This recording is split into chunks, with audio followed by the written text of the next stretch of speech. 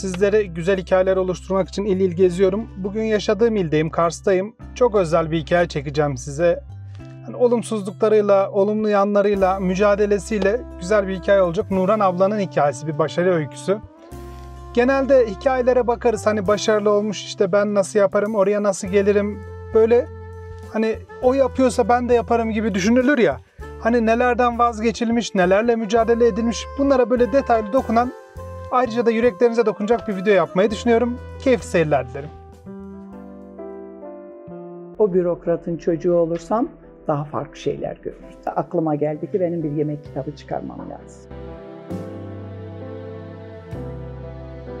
Kazda göğsü kara değecek. Çünkü kaz dünyanın ziyafet yemeğidir.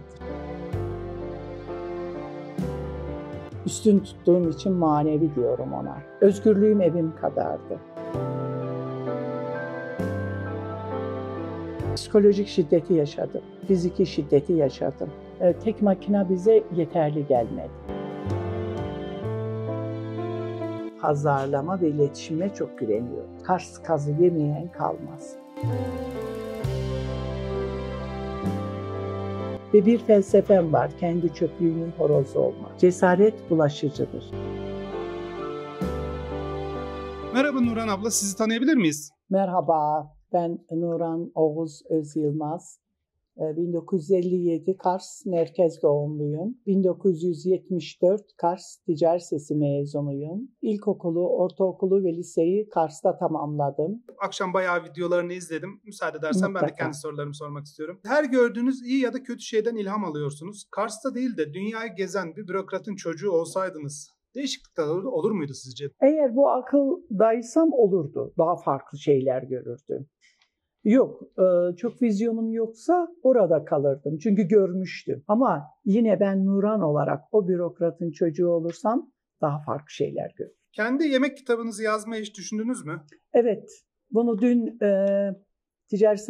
Ankara Ticaret Sanayi Odası'na toptan gelen bir hanım, benim çıkardığım bu yemeklerin marka tescili için benimle sohbet etti ve onlara ben tarifler verince aklıma geldi ki benim bir yemek kitabı çıkarmam lazım. Yani doğru soruyu çalışmışım. Evet, doğru soruyu çalışmışsın. Geç kalınmış. Geç kalınmış. Evet. Nuran abla, iş hayatınız boyunca sizi en çok motive eden şey ne oldu? En çok motive eden şey onaylanmam, takdir görmem, müşteri profilimin beni motive etmesi. Seni görmeye geldik. Seni tebrik ediyoruz. Bu bölgede böyle bir başarıyı yakalamışsın. Bunlar insanı motive ediyor ve azmini yükseltiyor. Malum başladığınız zaman kaz zor bir sektördü. Bu işe ilk başladığınız zaman en büyük zorluk neydi yaşadığınız? En büyük zorluk ürün tedarikiydi. Çünkü satılmayan bir üründü. Fakat ben hep zorun üstüne giderim. Zor ve yok diye benim felsefemde bir şey yoktur. Olmalı ve zoru başarmalı. İşte Kars'ın yöreselinin ve geçmişten geleceğe bir kaz yemeği kültürünün olmasına rağmen ticarete dönüşmemişti ve turizme tanıtılmamıştı. İşte ben zorun üzerine gittiğim için ürün tedarikini de çözerek bir dernekle, bir projeyle sahada bunu çözerek sahada kadınlar arasında para farkındalığını yaratarak kazın para ettiğini ben hissettirerek bu işi başardım.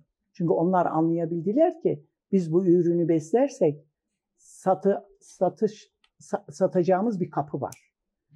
Dolayısıyla ben Kars Kaz Evi'ni açarak kaz yetiştiricilerine de bir pazar kapısı oluşturdum. Şimdi bu pazar kapıları büyümeye başladı. Sizin hikayenizde tevekkül gördüm. Ben elimden gelenin en iyisini yaparım, gerisini Allah'a bırakırım. Evet. Doğru mu görmüşüm? Evet, çok güzel görmüşsün. Amenna. Sizce zorluklar güçlü insanlar yaratır mı? Güçlü insanlar ve güçlü karakterler yaratıyor. Zoru görmeyen güçlü karakter olamıyor. Bir de bu soruyu hazırlamamdaki en büyük sebep dediniz ki belki eşim arkamda olsaydı, çok güçlü bir insan olsaydı bu yerde olmazdım dedi. Olmazdı. Bu soruyu oradan çıkardım Nuran Evet, abla. olmazdı çünkü hazır sana haz vermezdi. Sizin yaşadığınız olumsuzluklar olmasa belki de ne kaz bu kadar tanınacaktı ne de Nuran abla olacaktı. para kazanabilecekti. Evet, Buna ne dersiniz? Ne de Karslı kadınlar ekonomiye dahil olacaklardı.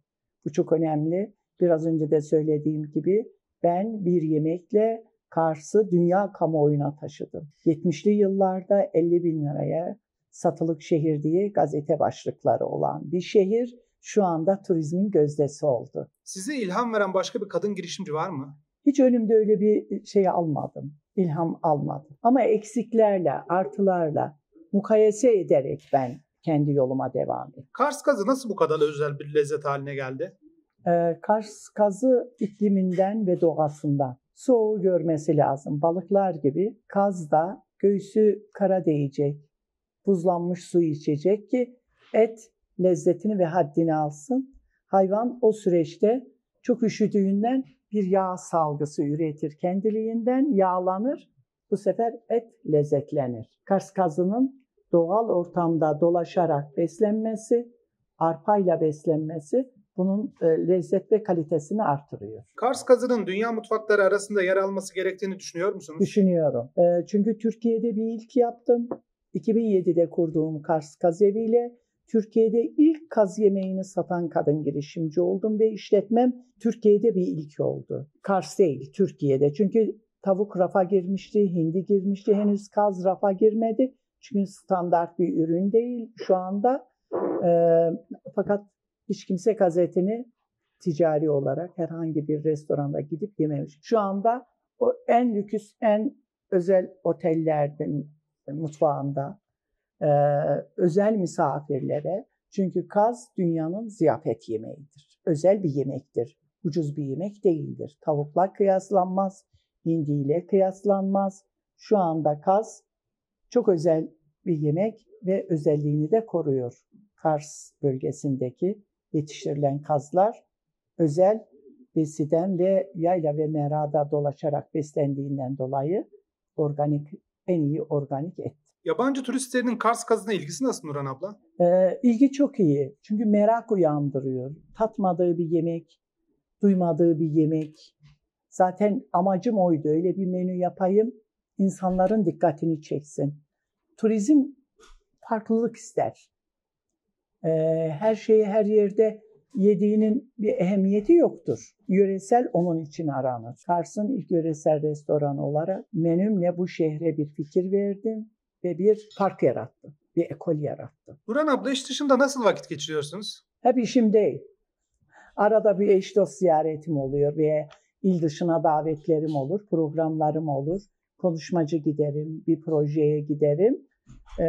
Genel anlamda hep buradayım. Çünkü burada gelen sosyal aktivitelerim, dışarıdan gelen misafirlerim beni mutlu ediyor. Evde olmuş olsam ben bu ortamı yaşayamam. Sönerim. Ama burada mutlu oluyorum. Genç kadınlara ve girişimcilere vermek istediğiniz bir tavsiye var mı? Çalışmalarını. İşletme hayatınız boyunca aldığınız en büyük ve en önemli ders ne oldu? En büyük ve en önemli ders azmim. Pes etmemem. Yok zamanımda bile hiçbir zaman bırakıp gitmeyi düşünmedim. Biraz önce tevekkül dedin ya. Emek ettim ama tevekküle sığındım. Kars Kaz Evi'ni genişletmek veya başka şehirlerde açmak gibi bir planınız var mı? Bunu çok soran misafirlerim de oluyor. Çok duyuyorum. Kısmet diyorum ama hep şeyim bu oldu, düsturum. Herkes kaz yemeye Kars'a gelsin. Benim memleketimi görsün. Memleketim tanınırsa, memleketime gelen olursa hepimiz kazanırız. Başka yere bir gitmenin çok bir özel yanı yoktur. Özel olan burada olmak. Geleceğe dair en büyük hayaliniz nedir? Kaz evinin devamlılığı, sürdürülebilirliği. 1976'da evlendim. Aralıklarla 77'den 89'a kadar 4 kız çocuğum oldu. Lise mezunu olmama, 74'te liseyi bitirmeme ve lise mezunu olmama rağmen evlendikten sonra özgürlüğüm kısıtlanarak çalışmama müsaade edilmedi. Oysa çok ihtiyacım var. Hem maddi yönden hem emeğimin bedeli, onu çok üstün tuttuğum için manevi diyorum ona. Çünkü onca yıl emek vermişsin, lise bitirmişsin. O dönem çok kimse kızını okula bile göndermiyor, giysi bile düzgün almıyor. Ama ben çok özel büyümüşüm, lise bitirmişim. Benim özgürlüğüm kısıtlanarak çalışmam engelleniyor. 4 kız çocuğu olduktan sonra toplumda da bir eksiğim var. Oğlu yok. Oğlu olan oğlunu saklıyor. Nazarı değer. Ve evimizin zaruri günlük ihtiyaçları karşılanmıyor. Eşim iş yapıyor, serbest kasaplık yapıyor ama sürdürülebilir ve devamlılığı olmayan bir iş. 2 yıl bir yerde iş tutuyor, sonra bırakıyor, bir ortak buluyor, sonra tekrar zarar ettim diyor.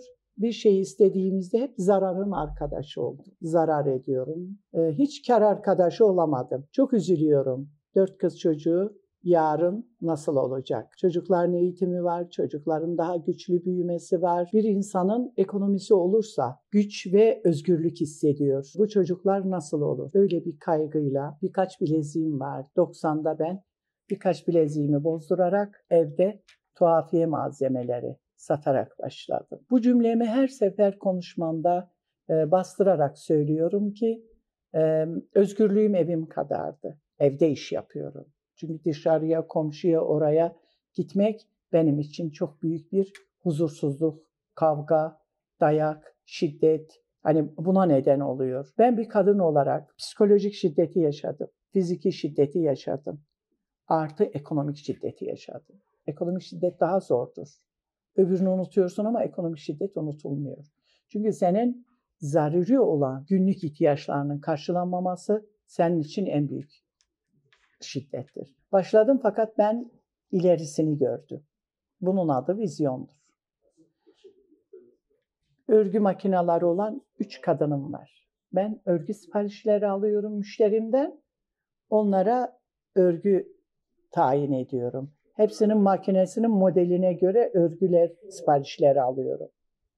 Aradaki hesabı yaptığım zaman bakıyorum ki örgü makineleri benim sattığım günden onun karından kat kat daha fazla el emeği olarak daha fazla para kazandırıyor. Ne yapabilirim diye düşündüm. Biriktirdiğim parayla bir örgü makinesi aldım.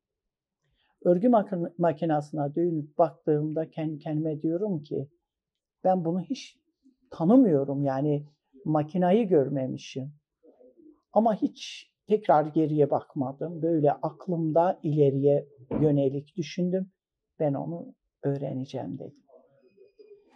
Evde yaptığım bu iş bir makine. Günüm çoğaldı, işim çoğaldı, siparişler çoğaldı. Bu sefer eve sığmamaya başladık. Ne yapabiliriz? Bir iş yeri olmalı. Eşime söylediğimde olur dedi. O da tekrardan kasap işini bırakmış, boşta. Adres olur dedi, iyi olur. İş yeri kiraladık, dizayn ettik, düzelttik, süsledik. Aradan bir paravan, ön tarafı yünler, malzemeler, arka tarafı bir atölye gibi örgü makinası, açma makinası, yünü, ipliği, çalışma alanı. Bu sefer alanımız daha farklı oldu, daha farklı müşteri profiline ulaşılabildi. Yer değiştirdik, bir iş yeri oldu, uğrak yeri oldu. Tek makine bize yeterli gelmedi. Bu sefer çalışanım oldu, tekrar bir makine aldım. Çok güzel işler var. O zaman bu kadar marka, daha modelli ve çok ucuza Kars'ta yoktu. Benim yaptığım iş popüler bir işti. O zaman da çok popüler bir örgücüyüm. Herkes diyor ki bu kazağı Nuran'dan, örgücü Nuran'dan aldım. Çok popüler bir iş yaptım. Zaman içerisinde çeyiz malzemeleri, ev tekstili satıyorum, çocuk giysileri getiriyorum. Çok yönlü çalışıyorum. 2006'lara geldiğimde o işin modasının geçtiğini gördüm. Artık örgü demode oldu. Kimse örgü yaptırmıyor. Daha modelli markalar daha ucuza ayağa geldi. Bu sefer benim örgü işim durdu. Ne yapabilirim ne tekrar kaygıya kapıldım. Çünkü ben 90 öncesi o sefaleti yaşamak istemiyorum. Şimdi bakıldığı zaman kebap yiyoruz. Çünkü kasaptan kebap geliyor. Ama bu kebabı koyacak tabak lazım, bulaşığını yıkayacak deterjan lazım. Söylediğin zaman aç değilsin, susuz değilsin. Çünkü bu hayat görecelidir. Herkesin kültürü, görgüsü aynı değildir. Tamam, tavada yedik eti. Bunun çok farklı şeyleri vardır, ihtiyaçları vardır. Ne yapabilirim? 90 öncesi o sefaleti ve o sıkıntıyı yaşamak istemiyorum. Bir iş tekrar yapmalıyım. Aklımda hep bir şeyler geçiyor. Ama bazı işler artık marka olduğu için markalara mülk istiyor, bir teminat istiyor. Mesela Tac'ın şeyini almış olsam, satış markasını, epey bir para lazım, teminat lazım. Onların hiçbirisi bende olmadığı için ben önceden öyle markalar her yerde satıldığı için her türlü güzel markaları satabiliyorum. Perdeci olayım diye düşünüyorum. Çünkü el yeteneğime ve pazarlama, iletişimime çok güveniyorum. O da kafamda kapandı. Sonra kızımla beraber konuştuğumuzda anne dedi bir ufak kafe yapalım. Arkadaşlarımız çok denemiş oluruz. Olur dedim. Ufak bir tuhafiyenin, Müge Tuhafiye'nin yanında ufak bir yer kiraladım. Çok imkansız bir yer. 4 masa, araya böyle bir paravan yapmışım. Arkada yemek yapıyorum. Ön tarafta kızım servis yapıyor. Baktım ki bu iş öbüründen çok iyi. Bir denemekti. Günlük kafe ve çay, kahve değil, ben hemen günlük yemekler yaparak başladım. Çünkü düşündüğümde getirisini, emeği çok ama getirisini, cirosunu düşünerek o işin beni kaldırmayacağını. Ama oradaki tek amacım bir Bağkur'dan emekli olabilmek. Oraya gelmişim. Çünkü eve döndüğümde ne maaşım olacak, ne sağlık sigortam var ve onca yılın bedelinde bunu yaptım diyemeyeceğim. Öylesine günlük yemekler yaparak bu sektörde oldum. Herkesin çok dikkatini çekiyor ve herkes bizim iş yerimize yemeğe geliyor. Müşteri profilim çok güzel. Valiliğe yakınım, adliyeye yakınım, emniyete yakınım. Dolayısıyla bu müşteri profiliyle yola çıkmışım. Ve o süreçte yerin yeterli olmadığını ve Kars'ın bir yöreselinin olmadığını fark ettim. 6 ay o ufak yeri çalıştırarak. Hep düşünüyorum aklımda, bizde hiç mi bir şey yok? Gittiğimiz yerlerde her yerin yöreseli var ama neden bizde yok? 6 ay sonra daha büyük bir yer kiralayarak Kars Kazevi'ni, çünkü o süreç içerisinde o yola çıktığım için yine orada yarındaki eksiği görüyorum. Örgü makinasındaki gibi. Mesela tuhafiyede kalmış olsam o kadar yürüyemezdim. Çünkü örgü makineleri daha çok para kazandırıyor. Şimdi günlük yemeklerle başladım. O süreçte ben Kars'ta bir yöreselin olmadığını fark ettim. Daha büyük bir yer kiralayarak, ikinci el eşya alarak, temizleyerek, süsleyerek orayı açılışını o dönemin valisi yaptı. Kurum müdürleri, çünkü Kars'ta ilk defa bir yöresel. Ana yemeğim Kars. Ama bu beni hem korkutuyor hem ürkütüyor. Neden diyeceksiniz? Satılmayan bir ürün. Köylerde ve evlerde pişen, unutulmuş, göçlerle gençlerin gitmesi, yaşlıların ölümü, maliyetli ve meşakkatli bir kümes hayvanı olduğu için artık satılmayan bir ürün. Eşe, dosta, aileye pay giden bir ürün olduğu için o kadar meşakkate girerek kimse artık kazıda beslemiyor. Satılan bir ürün değil. Bu beni biraz tedirgin ediyor ve korkutuyor. Çünkü ürün tedariki de zor. Kars Kazevi ile başladım. Günlük yemekler yapıyorum. Bir de yöresel. Bakıyorum ki günlük yemekler geri planda kalıyor ama yöresel ön planda ve satılmaya başladı. Onun müşteri profili daha farklı oldu. Dün akşam bir Alman grubum vardı. Gelen rehber bana dedi, teyze dedi, ben dedi 16 yıl önce dedi sana gelmiştim. Grup getirmiştim ve sohbet etmiştik. Bunlar o kadar güzel şeyler ki bir ilk olmak, tanıtma. Böylesine müşteri profilim de değişti. Bu sefer dışarıdan gelen acentalar, rehberler, turlar, münferit gelenler, bunların hepsi beni gördüler, beni tanıdılar ve benimle Kars yöreseli ticarete dönüştü ve turizme tanıdı. Hiç unutmuyorum, ilk Kazevi'ni açtığım zaman mercimek çorbası yapmışım. 4-5 böyle beyefendi çorba için erken geldiler. Mercimek çorbası deyince yüz ifadeleri değişti. Şimdi bazen Müşteri talebi de seni yönlendiriyor, seni yönetiyor. Ben çok mahcup oldum. Hani yöresel diye geldi, kaz evi diye geldi ama umduğunu bulamadı diye düşündüm. Bu sefer ne yaptım? Babaannem evelik çorbasını güzel yapardı. Kışın birkaç sefer bize pişirirdi. Havalar soğuk, çocukların boğazları ağrımasın veya öksürükleri olmasın, sıcak evelik çorbası olsun. Evelik çorbasını menüye koydu. O dönem vali yardımcısı bana dedi ki, teyzem dedi, buranın özel bir tatlısı var mı? Ben hep yarını düşünerek, devamlılığı, sürdürülebilirliği düşünerek menü oluşturuyorum.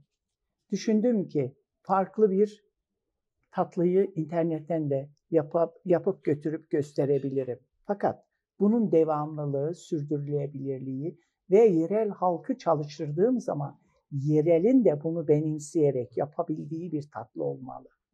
Rahmetli anneannem bu ovma helvasını çok güzel yapardı.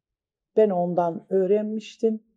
Zaman içerisinde oturduğum evlerde pişirdiğimde, komşularıma verdiğimde çok beğenirdiler. Ben bir tabak ovma helvası yaptım. O dönem vali yardımcısına götürdüm. Güldü. Dedi ki, teyzem kimin helvası bu? Aman oğlum dedim, siz gençsiniz. Bu dedim düğün helvası.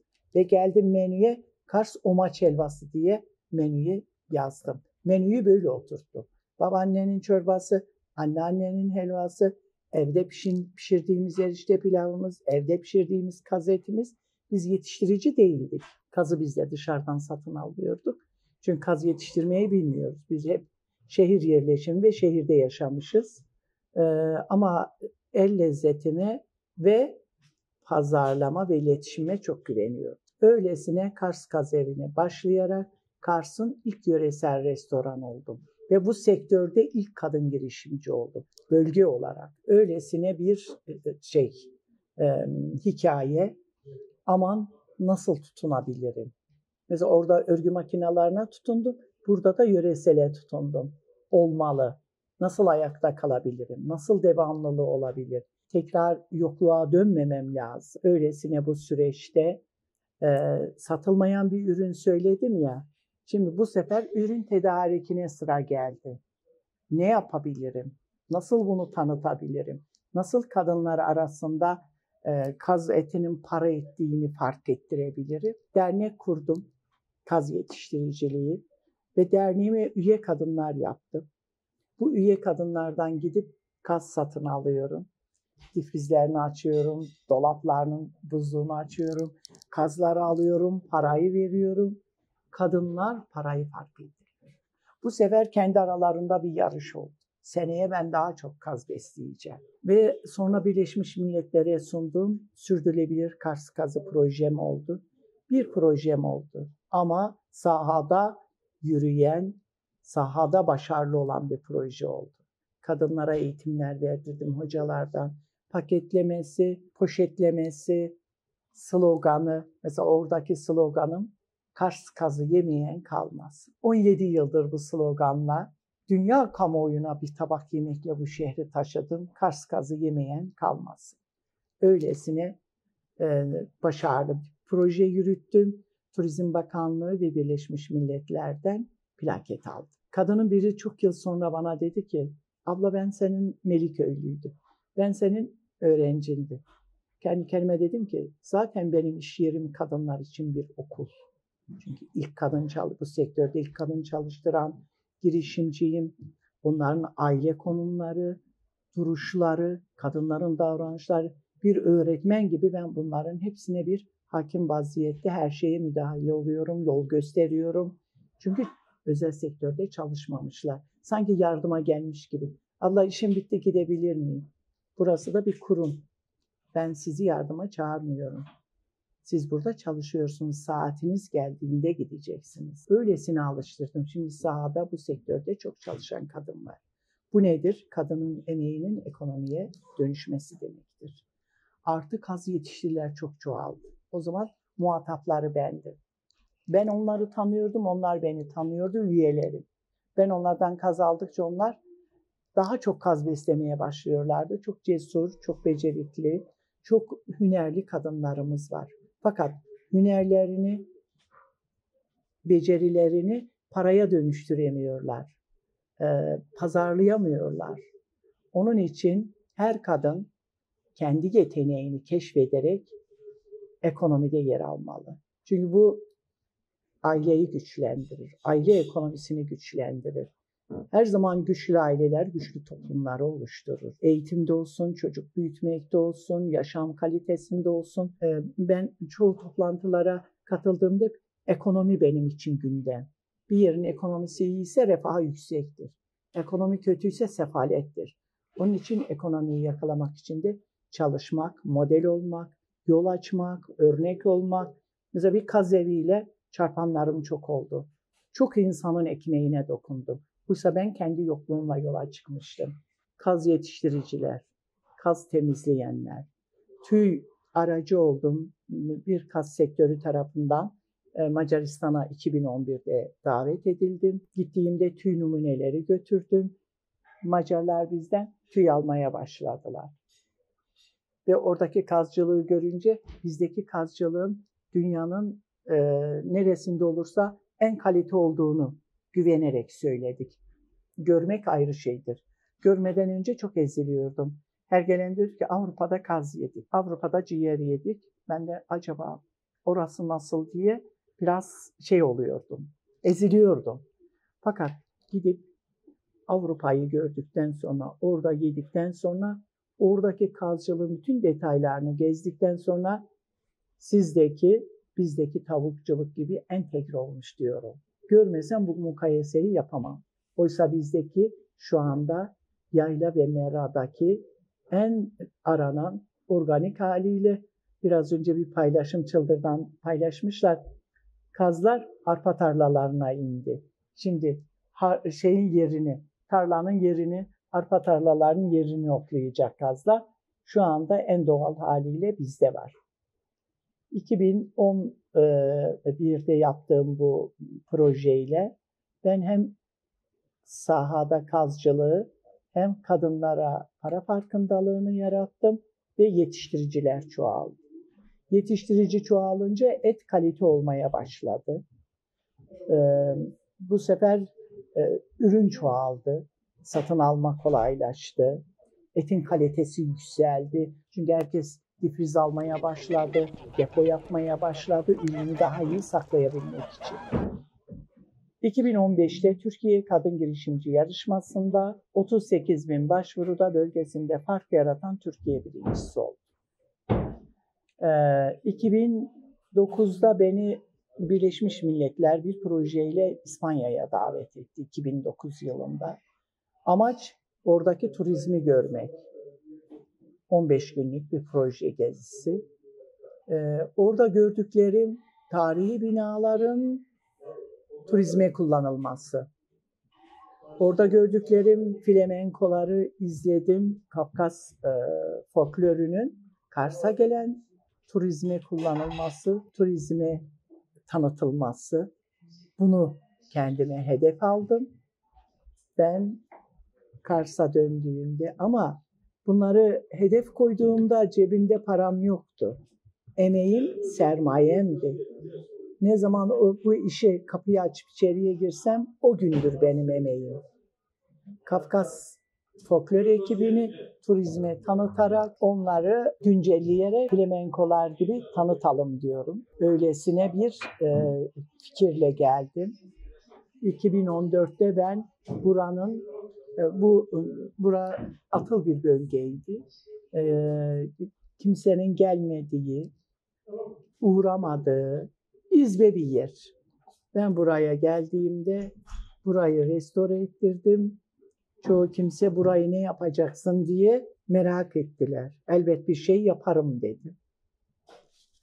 Ve bu bölgede tarihi bir binayı restore ettirerek turizme sunan ilk girişimci oldu. Kars'ta ilklere bir imzalarım var. Daha sonra burada Kafkas oynatarak, Kafkas ekibini de gün ışığına çıkararak turizme tanıttı. Ve bu bir ticaret olmaya başladı. Gençler de para kazanmaya başladılar. 2016'da Yapabilirsin belgeseliyle Yapabilirsin kitabında Türkiye'de 9 kahraman kadın belgeselinde yer aldım. Sayamayacağım yayında ve basında yer almışım, kitapta yer almışım, projelerde yer almışım yerel dinamik olarak. Yurt içi ve yurt dışı gezilerim olmuştur. 2007'den bugüne kadar çok misafir ağırlamışım. Gelenlerin çoğusu beni ziyarete gelir. O dün dedim yemek işini herhalde kaldıracağım. Güne 100-200 kişi beni görmeye geliyor, resim çektirmeye. Artık bu iş yük oluyor ama gelsin beni görsünler, resim çektirsin gitsinler. Bu iyi bir şeydi. Dokunuş, iz bırakmak, akılda kalmak. Medyaydı önce. En ilk çekimim 2008'de Gezelim Görelim'le oldu. Çok heveslenmiştim. Nasıl mutlu olmuştum. Gezelim Görelim'i çok önceden izliyordum. Güzel bir çekim yapıyor TRT'de Nuray Yılmaz.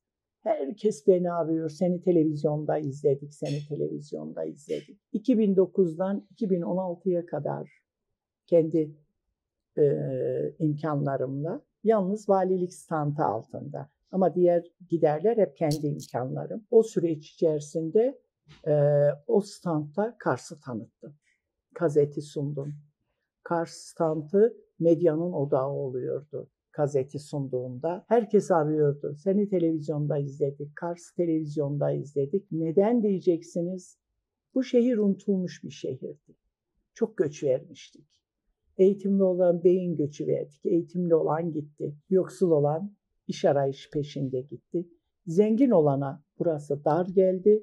Yeni sahalar için gittiler. Bizim gibi orta halli insanlar da burada çabaladılar, debelendi durdular. Biz de kendi imkanlarımızla kendime, belki benim de fırsatlarım olmuş olsa ben de göçerdim ama benim bir fırsatım olmadı. Biraz önce de izah ettim ya, 4 kız çocuğu, nereye gideceğim? Gidersem üzülürüm, çocukların eğitimi olmaz. Hep kuruyorum kendime. Ve bir felsefem var, kendi çöplüğünün horozu olmak. Gidersem orada kaybolurum. Yapamam, beceremem. Bu şeyi kapattım, göç olayını. Ama bizim karakterimize ve buralar hep göç aldığı için, herhalde göç geldiği için herkesin aklında Kars'ta bir göç merakı ve sevdası vardır. İşte biz de göç etmeyen olduk. Ben de bir göç etmeyen aileyim. Çocuklar burada büyüdüler, burada evlendiler. 8 torun büyüttüm. Bunların hepsi iş yerinde faydalanıcı oldular. Çocuklar büyüdüler. Öylesine çok insana model oldum. Bu bölgede rol modelim ve kadında devrim yaratmışım.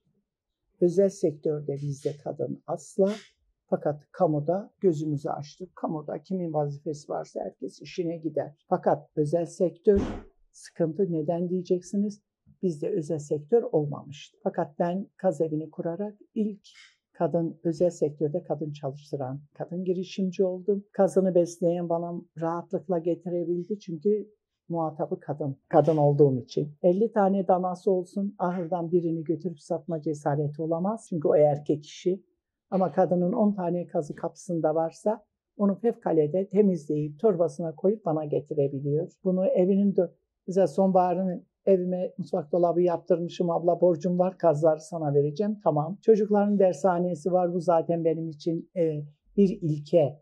Çocuklarının eğitimine harcıyorsa bu benim için büyük bir pazarlık bile yapmıyorum ki çocukların eğitimine harcamıyor diye. Öylesine muhatapları kadın olduğu için bunların alışveriş ve satışları daha kolay oldu ve kendilerinde bir özgüven ve cesaret buldular. Ben götürür kazımı satarım ama önceden bunu diyemiyorum. Kadın özel sektörde çalıştı, kendine iş yeri kurdu, iş yerinde kendi patron oldu. Çünkü o yaptı, ben de yapabilirim dedi. Cesaret bulaşıcıdır. İşte ben bu bölgede kadına cesaret ve ekonomiye can verdim. Nurhan abla, çok güzel bir sohbet oldu. Çok güzel bir vakit ayırdınız bana. Benim aklıma gelenler bunlar. Sizin aklınıza gelen var mı? Bunları duymak isterim. Videonun kapatmasını da size bırakıyorum. Aklında bin yaşa. Çok güzel şeyler söyledin. Benim de eksiklerim vardı o sorularda. Onları tamamladım. Çok teşekkür ederim. Herkesi Kars'a kaz yemeye, Kars'ta Nurhan ablanın elinden, kaz evinden kaz yemeye davet ediyorum. Hoşça kal.